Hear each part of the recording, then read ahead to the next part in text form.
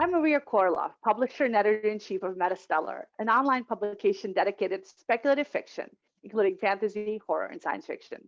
This week, we have a guest interviewer, Amber Peterson, a board member of the Pan-African Historical Museum, a community museum in Springfield, Massachusetts. She interviewed Keshawn Dodds, the best-selling author of the Minzuo epic superhero fantasy adventure series.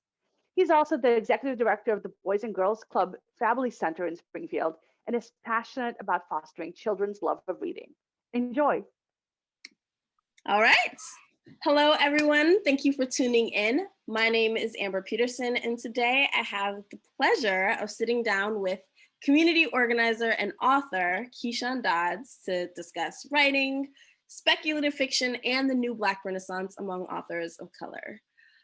Keshawn and I actually had an opportunity to speak just a few weeks ago via a Black History Month panel discussion for PAMUSA, the Pan-African Historical Museum USA, located in Springfield, Mass. And we'll link it below so that you guys can check that out as well. But I'm beyond excited for this opportunity to go a little bit deeper with you, Keshawn, and to explore more about your process and your actual work. So thank you so much for sitting down with me again. Thank you for having me. I can't wait. This is going to be a lot of fun. So for those of you who don't know, Keshawn Dodds is the best-selling author of the epic YA fantasy Minzuo series. So maybe you can start off by telling us a little bit more about Minzuo and what inspired you to write these books. Yeah, so this is one of those big dreams as a kid that everybody has. If you love superheroes and comic books, you know, reading Marvel, DC, and everything else, you always wanted to have your own superhero, or you always thought you were a superhero. So growing up, that was one of my biggest things. And in 1996, me and my best friend, Marcus McDowell, he was actually diagnosed with cancer. And while he was in the hospital, you know, we wanted to take his mind off of going through the chemo and the treatments. And so he came up with an idea. He's like, you know what, we need to finally create our own comic book. And I was like, cool. So, you know, I'm with it. He loved to draw. I love to write. So I was like, let's just put it all together. And so he was like, so what are we going to do? So we're going to create our own superheroes. I know we always wanted to do that. And he was like, yeah, and I already got the name. And I was like, all right, so what's the name? He said, Minzuo. And I was like, what the heck is a Minzuo? He was like, exactly. Because everybody wants to know what it is. They're going to see that name. It's going to be hard to pronounce. So it's always going to be catchy. And I was like, oh, that's kind of cool. So we gave him the background of the Sun Prince and started developing the character from the background. And he started drawing the characters, and I was writing the bios for him. And unfortunately, 11 months later, he passed away. And we never got a chance to create that comic book. You know, I went to a deep depression, didn't want to kind of deal with anything. You know, you're losing a friend that's more like a brother. He's more like a twin. It's the first friend I had since I was 6 months old, and growing up in the 80s, you know, when he got a beating, I got a beating.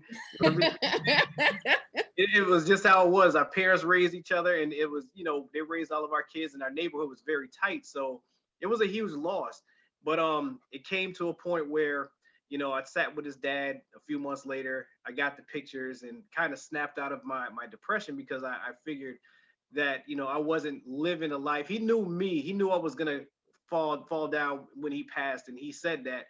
But, you know, the thing that kind of picked me up is having the pictures, and I just kept having this reoccurring dream of this superhero fighting under the street lights of these monsters coming at him. He was blowing them away. And I was like, man, I can't get this out of my head. So I just started writing and writing and writing. And 6 months later, I had a 300-page manuscript.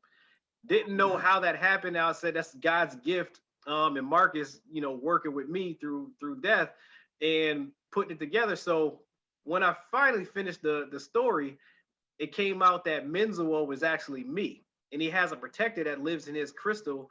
His name is Solar. That was my best friend, Marcus. And in the first book, we battled a pirate warrior named Morbid. Morbid equals death, which was cancer. So in the book, when you read that first book, you see that Menzuo and Solar is Marcus and Keshawn battling Morbid, which is cancer.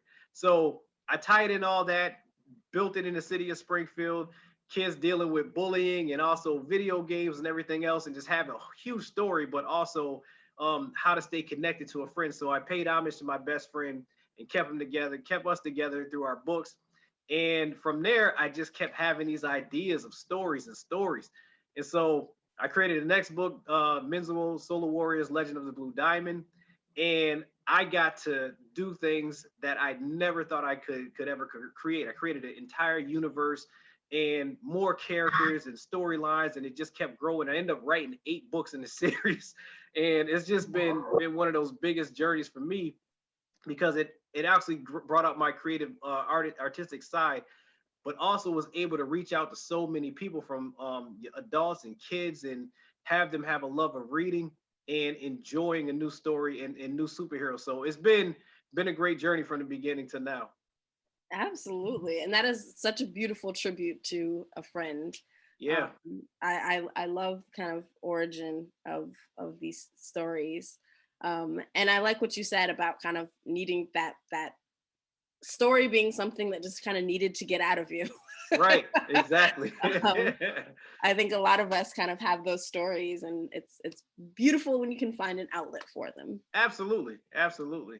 And so I tell people all the time, if you know, the worst thing that you can do as an artist or a writer is to get inside your own head and try to perfect it before you put it out. I always tell all the people that say, how do I write a book? I say 2 words: just write. And don't worry about what it sounds like. Oh, it's not right, it's not perfect. Just write the story, and then you can go back and edit it and go through to make it fit to where you want. And I see this a lot. That happens to a lot of people. It cripples them because it's like, oh, that's not, I missed something. And it's like, so how do you write a book? I say, honestly, I can spit out a book, and I mean 160 words in a month. And they're like, how? I said, because it plays like a movie in my head. And I don't worry about what I missed, because I know I can go back and fix it. So I just continuously write until I finish it. Then I can go back, and then I go through it, and I critique my work, and I go through. So it's a 3-month process, but that first one is almost like, I tell people, when you paint a picture, I can't look at a canvas and see that picture, but an artist that they can do that. And then they go and touch up what they want on it, but they have to put it on that canvas first. It's the same thing with writing. Absolutely. As an aspiring writer myself, that hits home. So thank you. You're welcome. You're welcome. And I do, and that is a nice parallel. I love watching kind of YouTube videos of artists kind of creating, and they go in with a very sloppy sketch first, and then you fix the lines, and you kind of refine it as you go. So yep. I love that metaphor. That works really well. Oh yeah. So Minzuo is written for a young adult audience. Yeah. Why did you choose kind of to craft this story for children specifically? And what do you hope kids take away from the story? Well, the reason why I wrote it for kids, it was something for me. Is I noticed that a lot of kids didn't like books, and they didn't like reading. And so we're so distracted with so much technology. Everything that's in front of us, video games. I'm a big video game person. I love video games. I love cartoons. I'm 42 years old and still have that kid in me that loves that artistic side of things and seeing how things develop. And so I saw that there was a lot of things that pulled them away from reading. And when I became a teacher in 2003 at Homer Elementary School, I was in the 5th grade inclusion teacher, and I had kids that were on 2nd grade reading levels in the 5th grade. And that bothered me. So I went to my principal, Dr. Bobby Renix at the time, at Homer Street, and I said, listen, can I try something with my class? And she was like, what do you want to do? I said, I don't want them going to the cafeteria for lunch. I want to keep them in the room, and I want to read to them. And she looked at me and was like, oh, this is going to be good. She's like, I got to see this. I said, but I know they don't like books. They want to go outside and play at lunchtime. So I had my class in the room, and I said, listen, I want to try something. They were like, what? I said, I want to read to you. And instead of going outside, I want to read a story to you, but it's not a regular story. And it was like, oh my God, I don't want to do that. We want to go play after we eat. I said, well, let me read the first page to you. If you like the first page, I'll keep going. If you don't, you guys can go outside. So I read the first page. Now, this is still a manuscript at the time. And I read the first page, and I'm like, all right, so you guys ready to go outside? It was like, what happened to the baby? I want to know what's going on in this baby. Oh, you want to hear more. So I started reading to them every day at lunchtime. So while they would eat, they would read, and they would get so entrenched into the story, they would ask questions. And at the same time, after we would read, I would start to teach the kids how to play chess. And they just didn't know why. Why are we not going outside playing? But I knew I had to put more effort into my kids because, you know, some of them had IEPs. A lot of them didn't have that strong education background of reading. So I put more effort into them. And as I read the book, and once I finished it, and they were just like, "Oh my God, it was a dope book. What's the next one?" I said, "I already have the next one, but just let you know, I wrote that story." And the faces that they lit up. Love Like, it. I said, "No, I just read it to you. See, then you guys love the story." And by that time, it became to December, January. I'm reading the second story, and I started getting calls from parents, and it was the funniest thing. One of the parents called me, and Mr. Dodds, I need to know, what in God's name are you doing with my kid? I said, what? What do you mean? She was like, I need to know, what are you doing with my kid? I said, okay, I'm sorry. I know he probably got mad. I swore at him by accident. My fault. She's like, no. She's like, no. I went into his room, and he has books on his bed. He's not playing this game. What are you doing? And I was like, oh, good. I'm not in trouble, so that's good. So I said, just come in. So I had the parents come in at lunchtime. And as I was reading, I would have the kids read back to me, and they would read parts of the story, and it would become parts of it become the characters. Oh my God, And I love that. you would see their grades go up and their confidence in reading and understanding how to dissect a math question, like the word problems. And my principal was like, what did you do? I said, I taught them how to play chess to calm them down. Because when you play chess, you got to think ahead. So the same thing when you're doing a math problem, you got to think ahead. You can't just get frustrated when you're looking at something with words. And so when they got to do their MCAS test, and their score levels were higher, and then their reading levels were up, and they were just like, what did you do? I said, I had to take time. And the reason why I wrote the book for kids, because I needed them to have something that they read. What I didn't know that I did until I was doing my master's, and I had one of my professors read it. She's like, Keshawn, you wrote this perfectly for a kid to get excited about the book, because in the beginning, the sentences are short. And then when you get into it, the words get stronger, the sentences get longer. And now they're so entrenched into it, they have to understand the words. I said, yeah, so I have to get them the dictionary. So they have to look up certain words. They got to look up certain, so their minds are being activated way more than anything else. So that's the big reason why I wanted my kids to have strong educational backgrounds, but love the art form of reading. And because if you read my book, you're going to read anything else. And then maybe you create your own stories. Absolutely. I love that you've kind of scaffolded this introduction into the story, kind of tricked them into being invested. I love that. I think that's such an amazing thing. And I know you are also currently the executive director of the Springfield, Massachusetts Boys and Girls Club Family Center. Yes, yes. And I imagine that skill of storytelling still comes into play in the work that you do. I'm going to tell you, this is one story that literally still gives me goosebumps to this day. I was reading during one of our summer sessions. I would read to our kids. So I have them in the library, we're reading, and one of my youth development professionals was like, why don't you have the kids read to you as well? I said, okay, you know what? You're right. I should have them read, because I know they love it, but I want to hear them read. And so I have one kid who is autistic, and he's not really good athletically. He wasn't good at anything in the game room. And, he didn't have a lot of friends. And so he was like socially awkward. And so it was his turn to read. And now we're at one of the points in my book where he's battling another, the evil pirate warrior Mormon. And he starts reading this book. He became my character, the evil character, all of the action. If you could see everybody's expression, the kids' eyes were lit up. I love it. My mouth dropped, because it sounded like he was in an audiobook. All I had to do was put a theme music behind him, and I was so impressed. The hairs on my arm were standing up. Two of my employees were crying, because they were just like, oh my God, this is amazing. And after he finished, every kid in that library started cheering. I love it. What made me start crying, what was crazy, he just said, I did something great. And I was like, oh my God. I was like, listen, you're going to read every day, because you just tore up this story to the point where you made it better than how I wrote it. I have never seen a kid at 12 years old that strong with reading. I had to call his parents, like, do you know what he just did? Everybody's chanting his name. I needed to read again. I love that. So we found talent in our kids that you never would think that you would find it. And for him to be that confident, I literally gave him every book in my series because I said, you deserved every bit of this, because what you just did was show me that you have a passion of reading and becoming a character. And you made every other kid be more confident in reading.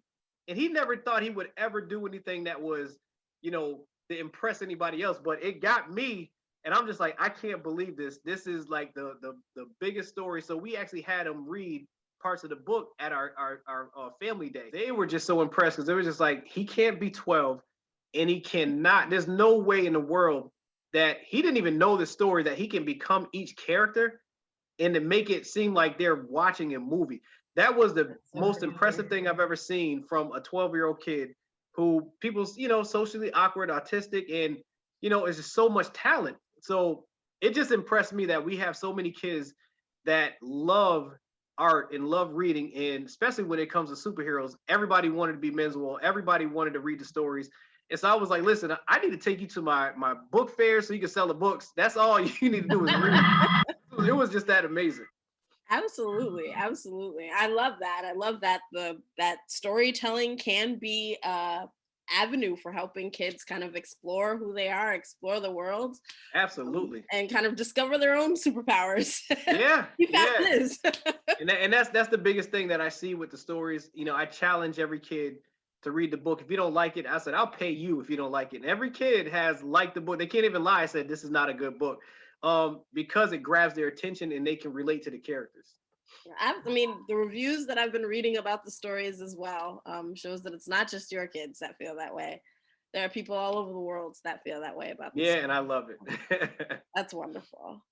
It's actually a perfect segue into my next question.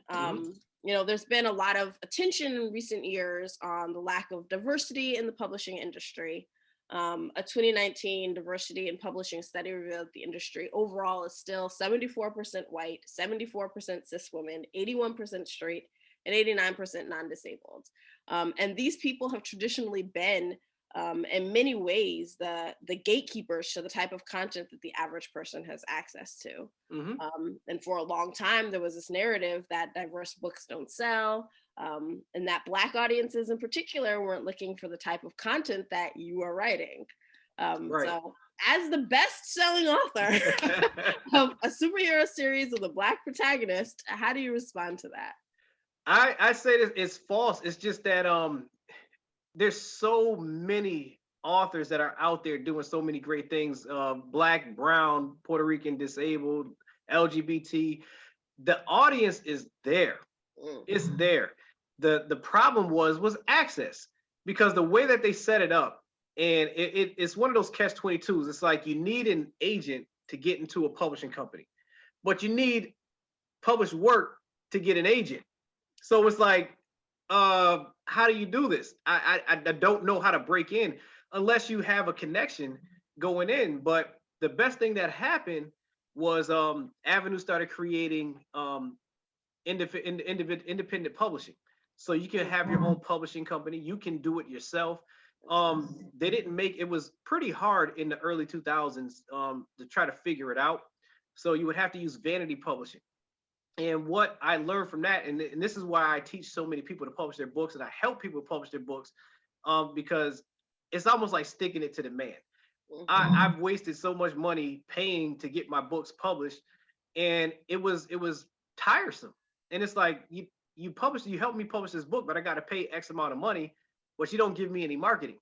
I mean, it's all on me. And then you help me publish it, but you get 80 to 75%, and I get 10 to 15% of the books that I sell. And if I have to buy the book, I got to buy it at 50%, and I'm not making my money. So it was like, this is annoying. So I started doing research on, how do I become my own publisher? How do I own the rights of my book? How do I get every part of that so I can disconnect those people, but I want to use the same outlets they have to get my books out there, like Amazon and Barnes and Noble. So did the research, figured it out, and was like, oh my God, once I paved the road, I started showing other people. And it was like, well, how much does it cost to help me publish a book? I said, nothing. And they're like, but they told me I got to pay $1,000. Keep your money for your marketing. The only thing I want you to pay for is the editing and also the formatting. That's it. Other than that, it's your book. So how do I own the book? I own the ISBN, the ISBN numbers. You own the trademark, and the copyright. You pay for this, and you own it. Now you can get it out there. So how do I get it on Amazon and Barnes & Noble? So I showed them how to do that as well. So it was knocking out the middleman. And once you saw that, a lot of people started doing it. And you were able to promote your books, publish your books, purchase your books, and sell them in the right way. So I did that from 2003 to about 2015. And that's when I caught the eye of Cosby Media Productions. Now it's an independent small publishing company by Dr. Braxton Cosby in Atlanta, Georgia. And I say this is probably the biggest blessing of what I do, because I kind of created the platform of the superhero universe that he had in his mind that he wanted to do, and asked me if would you like to have Minzuo have a team of superheroes. I'm like, are you kidding me? Oh my gosh. I was like, that's so exciting. Yeah, so we team up and have the Cape hero, the heroes of the Cape, the Majesties of Canaan, and the Menzuo Solar Warriors come together to create our own universe like Marvel Comics and DC. When do we start? So we ended up creating the Infinity 7 series right now. So you have Dr. Braxton Cosby, Keshawn Dodds, and Kyle Champion, who brought their 3 superheroes together. We wrote a book called the Infinity 7 Gods Amongst Men. And that is a joint book of 3 authors writing one story. So all of our superheroes came together in one, and we still have our own stories. So we have so much that we're doing right now. So you're going to see a slew of things that are happening, but being able to go through that process of publishing my books alone got me into an independent publishing company as Cosby Media Productions. But the best thing, I still own the rights to my book, and I still get a huge percentage of it. And we split 50-50 when it goes to animation and anything else. So I'm still the owner of Minzuo, but I publish with Cosby Media Productions, and it's a beautiful blessing that is just something that I've been waiting for, and now we're here. Absolutely. I think that's such a powerful tool, that demystifying the process, because it's such a barrier to so many people who, go from, I'm a person who knows nothing about the publishing process. Wait, there's this thing and this thing, and so many different kind of, again, gatekeepers to be able to put the words out there. So understanding how to do it yourself is such a powerful thing. So absolutely is. And I want people to have that, that independent mindset. Even if you get an opportunity to publish with like a Penguin or Scholastic, have that independent mindset, because you know your worth. They're going to make money off you. They may give you a bonus to publish, but you have to make that money back just so you can break even. So understand the independent and aspect of it, and knowing how to own the rights of your work as you go out. It's nothing bad if you want to go that route, because it can be lucrative for you. But understand there's always a stipulation to everything that you sign. Absolutely. I think that's important and really impactful advice. Yeah. So I guess coming back to kind of your own inspirations, who are some of the authors and the stories that inspire you to write? Oh my goodness, there's so many. But the one author that really got me is, and it's not even in science fiction, it's Nathan McCall, Makes Me Want to Holler. It was the first book that I read page to page. And that was back when I was at Wilbraham Munson Academy with my English professor, Arvid Warburton. And he asked how many people have read a book cover to cover. And I was like, everybody in that room said not one. 18 to 20 books in that 1 year. And that's the one book that stood out to me, because his background was so hard, and he ended up going to jail, but then he ended up writing for the Washington Post and being a professor. And I was just like, wow, but his story was so hard that it caught my eye. And that's the one thing I noticed. It was like the first page of that book grabbed my attention. Now, I knew I loved to write, but I never knew the power of that first page. And so I didn't even know if that's going to be my avenue. Am I going to write, nonfiction or fiction or science, whatever it is? I just knew I wanted to write stories. So then it's Dan Payton with Hyperion. That's in science fiction. One of the most dynamic books that I could read because it just takes place in a time where the world was not inhabited and people were trying to find a new place to live. And so there are so many different authors and independent authors that I love reading. I love reading people that have these small books that people really don't know that really inspire me to keep my craft. So for me, I don't get jealous of anybody's success. I'm happy when I see somebody succeed because it shows me that that door can be open for me as well. So it just goes, the range, it goes from biographies, romance novels, it goes everywhere. It just, the inspiration comes from the authors and their writing style. Absolutely. And I think it's such an important skill to be able to read widely as well. Like we have our favorites, but you never know what you're going to get from another genre or kind of stepping outside of your comfort zone. Right. So as we kind of come to a close here, where can people buy your books? Well, you can get my books right from my website at www.newageofheroes.com. You can go right to Amazon and type in my name, Keshawn Dodds, or Minzuo. You can type that in. Barnes & Noble, you can get them from local bookstores. You can get them directly from me if you see me at any event. So, I mean, there's access. And the best thing about with Cosmic Media Productions, we have it in paperback, ebook, and also audiobook. So you have a phone, your smartphone, get it on there, download the book.